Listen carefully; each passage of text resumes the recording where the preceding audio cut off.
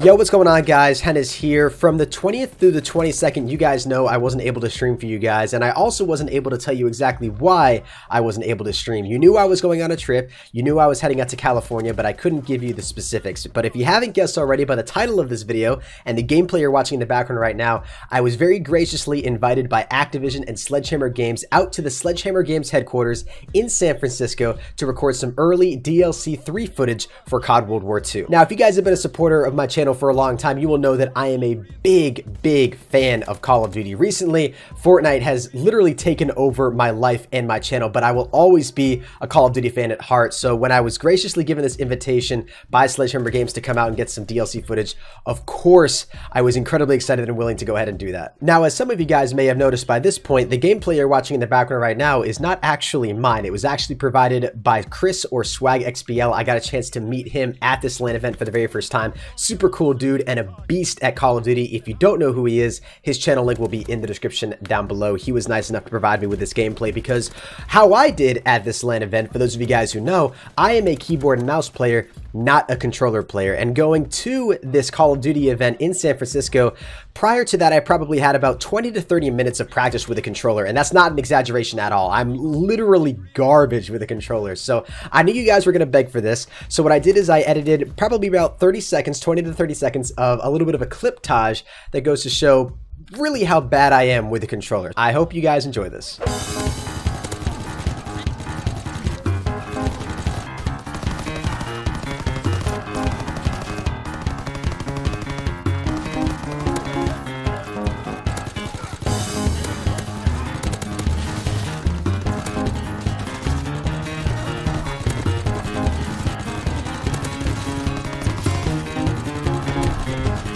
Yeah, okay, so you guys can go ahead and leave all your hateful messages in the comment section down below. I'm prepared for it. I'm braced for it. But just know that in future Call of Duty events, I'm going to make sure that I hopefully get a chance to get some keyboard and mouse gameplay for you guys, so I don't actually have to embarrass myself in future gameplays and future videos. So now that we've got all that out of the way, DLC 3 United Front actually brings a lot of really cool new things to Call of Duty World War II, and some things that if you guys have been watching my Facebook live streams recently, you'll know are incredibly cool and very nostalgic for me. Like I said, I've been playing Call of Duty for a very long time, and the first COD that I ever played was actually Modern Warfare 3. And if you guys don't know, Modern Warfare 3 was amazing for me and many other players because we had the ability to use the Specialist Strike package. And the reason I bring that up now is because within DLC 3 for Call of Duty World War II, you can now actually use the Specialist Basic Training that works very closely to how Specialists worked in Modern Warfare 3, except you don't get all the Specialists in the game, you just get all the Specialists associated with the Specialist Basic Training. And even though this is only available when you actually prestige the Cavalry Division, just seeing Specialists back in Call of Duty World War II was an amazing feeling for me. Like I said, Modern Warfare 3, one of my favorite games, literally of all time. I've been playing it on my Facebook live streams. If you guys haven't gone over to my Facebook page yet and dropped it a like and a follow,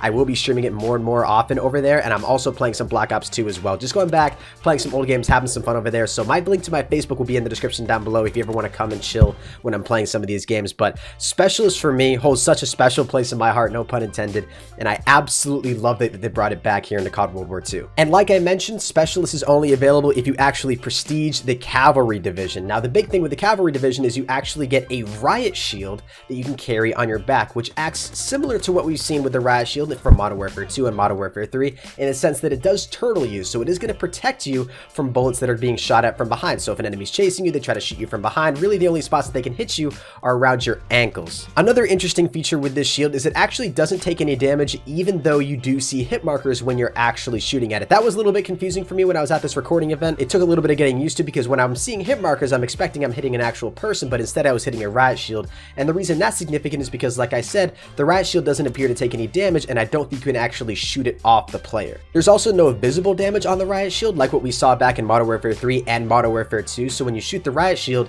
you don't get any bullet impact points, the glass doesn't crack or anything like that, so it's still perfectly visible out the riot shield. And the other small difference with this riot shield is you can't actually ricochet bullets from what we could tell at this LAN event. Again, that was something you could do in previous Call of Duties, but I don't think it's actually something you can do in this one. And the last thing, something that I know a lot of you guys are going to be very excited about, especially you World War II fans, is we actually get a brand new SMG. And again, this is only available when you prestige the Cavalry Division, which is a little bit unfortunate. You do have to do a little bit of grinding. You can't just jump right in and use the new weapon, but it is a ZK 383, which is an amazing SMG. It doesn't actually have any rapid fire, but that's because it has a built-in firing mode that you can actually toggle back and forth between what we'll call a normal firing mode and then a fast firing mode. In the normal firing mode, it's literally an absolute laser. The gameplay you're watching in the background right now that was provided by SwagXBL, he was using the fast firing mode for pretty much the entire time, and he said that the recoil was pretty easy to control. If you bring it to the firing range, you can see that the weapon has quite a bit of recoil when in the fast firing mode, but Swag's a talented enough player that he can keep that recoil under control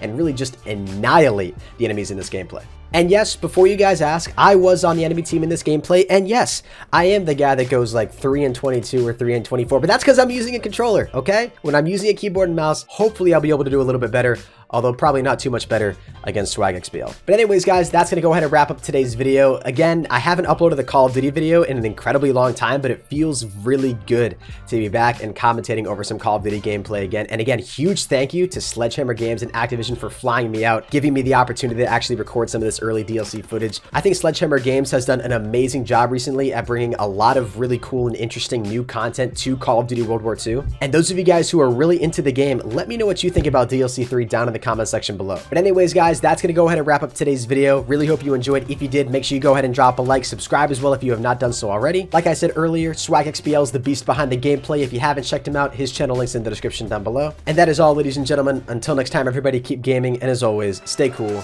Adios.